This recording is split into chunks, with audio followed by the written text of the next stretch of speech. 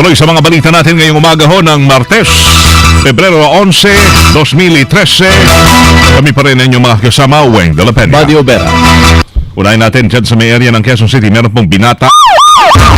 May binata ang hinold up ng riding in tandem sa QC. Na-report si Rambo Labay, Rambo i-Radio Mo. Himpila ng pulisya ang isang binata matapos na ito'y hold upin ng dalawang lalaki sakay ng motor siklo.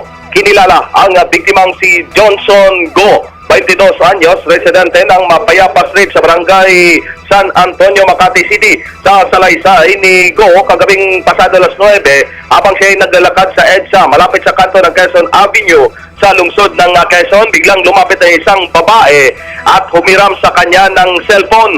Mayat-mayat, biglang sumulpot ang isang motorsiklo. Nulan ang dalawang katao na armado ng baril. Tinutukan ng biktima, sa pilitang kinuha ang kanyang cellphone na Alcatel at ang kanyang 6,000 piso. Pagkatapos ay mabilis na tumakas ang mga sospek. Nagsasagwa ng follow-up ang mga otoridad at dinaalam kung merong CCTV camera sa naturang lugar para makilala at maaresto ang mga salarin. Sama mo sa Quezon City para sa DCXL 558, Silvestre Labay, Tatak RMS. Thank you, Rambo. Pablo. Sa Valenzuela, buwanggat nagliyabay sa dump truck habang binabaybay ang kahabaan ng MacArthur Highway sakop ng Barangay Karuhatan pasado alas 2 kanina madaling araw. Ayon po sa driver na si Jeffrey Pinales, minamaneho niya ang truck na may laman panambak ng lupa galing sa Quezon City at dadalhin sa Valenzuela City. Laking gulat na lamang po ito nang biglang umovertake daw ang isang ambulansya at huminto sa harap ng truck.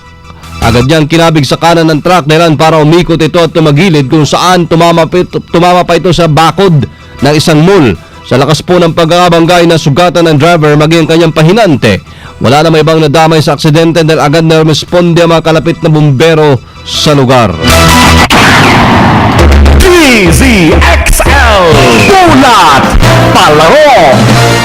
Nagawang makabangon po ng Barangay Ginebra Gin Kings para talunin ang San Mig Coffee Mixer sa Game 6 ng PBA Philippine Cup Semifinals. Sa harap ng libu-libong basketball fans, ninalo ng Gin Kings ang Coffee Mixers sa makapigil hiniang laban sa score na 94-91. Mula sa 14-point lead na kalabangan ng Mixers, unti-unti itong hinabol ng Ginebra sa tulong ni L.A. Tenorio, Mark Aguiwa at top rookie Greg Slaughter. Naging malaking bagay nito sa panalo ng Ginebra dahil binigyan sila ng words of encouragement ni PBA legend Robert Jaworski. Habang nasa halftime break, mapapanood naman ang Game 7 do-or-die match sa Miyerkules na February 12 sa Smart Araneta Coliseum. DZXL Showbiz Balita. Lodi Showbiz. Lodi Showbiz. Hello. Good morning. Morning! Good morning. Hello, everybody. Everywhere. Hello. It's me, Lolly. I miss you. It's only a few days before Valentine's. O yung mga may edad na dyan, single pa rin. Yung mga lumagpas na siya, hindi kalendaryo lang, kundi lumagpas na siya, super loto, 55 above, hanggang ngayon single pa. Huwag mag-alala, hindi ka nag-iisa at may chance ka pa. Dahil tingnan mo to, ha? Wala nang urungan talaga ang muling pagpapakasal ng actress ni si Boots Anson Roa sa kanyang nobyong abogado. Natagalan dahil maraming ni-review doon sa kontrata. Siguro, abogado yung kakasalan mo eh. Kaya dapat detalyado. Nakatagang magpakasal ipakasal ang veteranang aktres kay Attorney Francisco King Rodrigo Jr. Yan ay sa dalawang araw matapos ang araw ng kalayaan. June 12, so ikakasal sila June 14. Araw ng kalayaan? Ay, hindi na yun araw ng kalayaan. Lagpas na eh. So, araw na pag-iisa nilang dibdib. 2 beses silang sinubukang i-matching ng kanilang mga kaibigan. Pero, bigo silang i-fair ang dalawa. In fairness. Hanggang sa mismong si King na lamang ang nag-aya kay Roa na makipag-date. Na nung una rin ay tinanggihan ng ang biyudo. Uy, choosy. Para kasi sa dalawa, ang pagpapakasal ay isang obligasyon ng dalawang nagmamahalan upang mapatunayan ang kanilang tunay na nararamdaman sa pangako sa may kapal. Wow! Love knows no age and no time at all. So, sa mga nag-aantay dyan ng the right woman, the right man, okay lang, hindi pa uli ang lahat kahit na kayo'y senior na, di ba? Okay? So mag-isip-isip, don't rush. Lovers, ano yun? Fools rush in. O, di ba? Kaya take your time. Take a long, long time. Until you rest in peace. It's me, Lollipop, para-pam-pam, Lollipop. Peace. Hindi gasgas, hindi umatras, medyo madulas. Ito ang balitang Parang tinakot mo lang yung mga nag-iisip pa ngayon, ha? Alright, eto na. Ewan ko to kung isip ng, oo. Hello, it's PB. Hello, magandang umaga mga kasama sa Shanghai. Si Loli pala maraming alam, no? Sa About? buhay. Sa buhay. Buhay, madami. Sa love. Kaya Maraming buhay pinakialaman yan, eh. Ay, alam, eh. Pinakialaman. Sa mga naghahanap ng ka-date ngayong Valentine's, ngunit wala namang mahanap, may good news ako sa inyo. Oh. Ilan ba gusto nyong mga ka-date, mga kasama? Mabibigyan ko kayo ng hanggang 20 ka-date. Uy. Ngayong darating na February 22 ay gaganapin ang My First 20 Dates o yung tinatawag na speed dating. Natranasan nyo na ba yun? Speed Hindi pa eh. dating? Ako Wala, rin wala ba ngayon yung parang dati yung Lapalooza? Yung mga Lavapalooza. Wala, no? Parang, ewan ko lang. Wala. Wala yata muna ngayon. Oo. Wala. Gaganapin siya sa may Banawe, Quezon City na kung saan bibigyan kayo ng pagkakataong magkaroon ng 20 ka-date at malay nyo rin magkaroon na ng kasintahan. Wow. Ayon sa mga psychologists, kinakailangan lamang ng tao ng 5 minuto para malaman kung gusto ba nila ulit itong makita. Kaya ganito rin ang mangyari sa speed dating gaganapin sa February 22. Ang Within 5 minutes. Magkaka-interest dyan si Juan, Rambo Labay. Within 5 minutes ang 20 mong ka-date ay makakausap mo lamang ng 5 minuto. Kaya sa mga may edad na 25 to 40, maaari kayong sumali rito. Si Kuya Rambo pasok dito, di ba? Oo, pwede, oo. Mahilig yan sa date. Hanggang 40 lang eh. So, Hanggang 40 lang pala. Si Sige. Rambo pwede pa, di ba? Kaka-birthday lang yan. Naka 39 pa lang ata yan, eh. Pwede pa. 40, pwede pa. Yan. 5 minuto lang. 5 minuto lang. Ah. Kaya-kaya ni Rambo eh. Ayos, Sige. At yan po ang balitang panghimagas. Kundi si XL Sinwon, Chong Sinwa, Sir Phoebe, Tatak Armen. Alright, thank you, Pebi. DZXL Ulat Trapiko. The boy is back. You're on the air. Weng, kasamang buddy at sa ating mga motoristang tumatahak dito sa kahabaan ng Commonwealth Avenue mula sa Pelcoa patungo sa bahagi ng Fairview ay panayad ang usad ng mga sasakyan. Tuloy-tuloy ito hanggang sa makarating sa Sandigan Bayan hanggang Litex. Pagdating sa Litex ay mabagal na ang usap. Napalayo, ano, Leyte?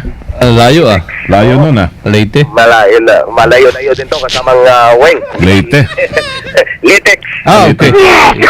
Lit. Ako, Delitex. nagmumura ka na. Oo. Akala ko yung Litex. Leyte. Anak ka ng Litex. Oo. Anak. Parang naalala ko yung isang senador na anak ka ng Litex.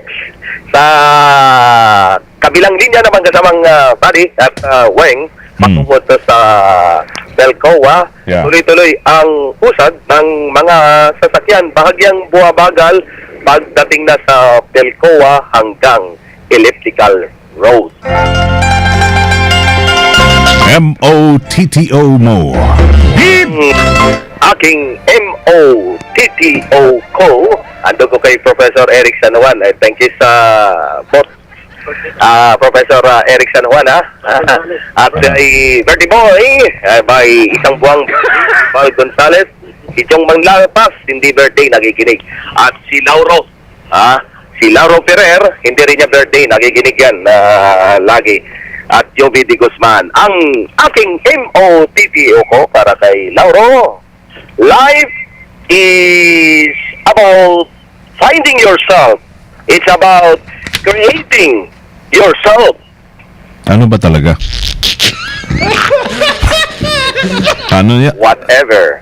Oh, Life is not about yun. finding yourself. Aha. It's about creating yourself. Oh? Grabe. Parang kwan na yun eh. Parang nasa Bible na yun kung sa Bali. Oo. Pero mo, creation na. Mataling haga, ha? Oh, Genesis na yan. Oo. Grabe. Parang nagbabago ka na ng kaka-birthday mo na. Parang nagbabago ka na ngayon ng pana. Talaga. Ng Araw eh. paniniwala o prinsipyo siguro. And may resurrection pa siyang Oh, may resurrection. pinapahiwatig. Oo. Nakakatakot yan. Ganyan talaga. Binibigyan mo kami ng kaba ngayon. Para bang nagbabalik loob ka? Oo. Oo eh. At Hindi pa naman katagalan na binigyan ka namin ng tribute. Oo. ganyan talaga. Kapag lalong positibo ang ating pananaw, laging Oo. positive. Siguro pag natatagdagan ka ng edad, Oo. lalo kang bumabait. Oo, Diba? Lalo mong gusto mong bawas-bawasan na yung mga kalokohan siguro, o kaya yung mga sa tingin mo hindi kaaya-aya na iyo ay dapat na ginagawa, di ba? Para mahawa yung ating mga hold-upper, BIFF, MILF, hold-upper, mahawa sila. Mga Asa ka pa. Oh, thank you, brother. Sige. Asa kakaroon. Sige, ang Tagalogs. Tagalogs kasamang Weng at Buddy, ang buhay ay hindi lamang pagtuklas ng iyong sarili o yung pag-alamin mo ang iyong sarili. Sa halip ay paglikha ng iyong buong sarili. Ano mo? Mabe. Malalim si Bishop. Okay lang. Sige. Well, brother, I will counterpart with Koto. You know, lalagab love kami, kaya pardon us, father, brother, because we'll talk about love pa rin. Yes, make Okay? sure that your koto is good. Because there is saying love one another. Diba? So we'll Yes. talk about love. It's the greatest, ano ba yun? Commandment ba yun? Love one another. That is love. Alright. Koto. Ang pag-ibig. Rambo, ang pag-ibig ay parang imburnal. Hindi. Nakakatakot, di ba? Nakakatakot mahulog. At kapag nahulog ka, it's either, Rambo, Oo. by accident, or talagang tanga ka.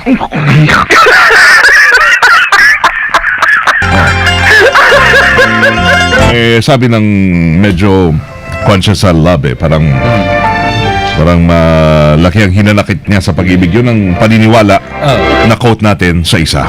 Kayo lahat. Yan. Alright? So that's our quote, Rambo? Aha.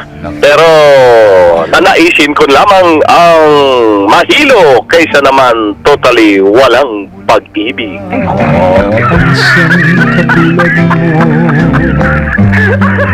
Paglapit ko. Ang daming taong paasa. Puro salita. Kayo pala. Kulang naman sa gawa. Tama. Showdown man. Go. Pare, hayaan ko muna kayong dalawa. Triple showdown yan. Bye, salamat. Bye, ha? Bye, thank you. By Weng. That's our Moto and Koto ngayong umaga. Oh, On the lovely Tuesday with the lovely boy, Rambo Laboy. No, Rambo Laboy. Labay. Alright. Thank you, boy. thank you, By Weng. Buddy, kasama mo sa kabahan ng Football Avenue, Silvestre.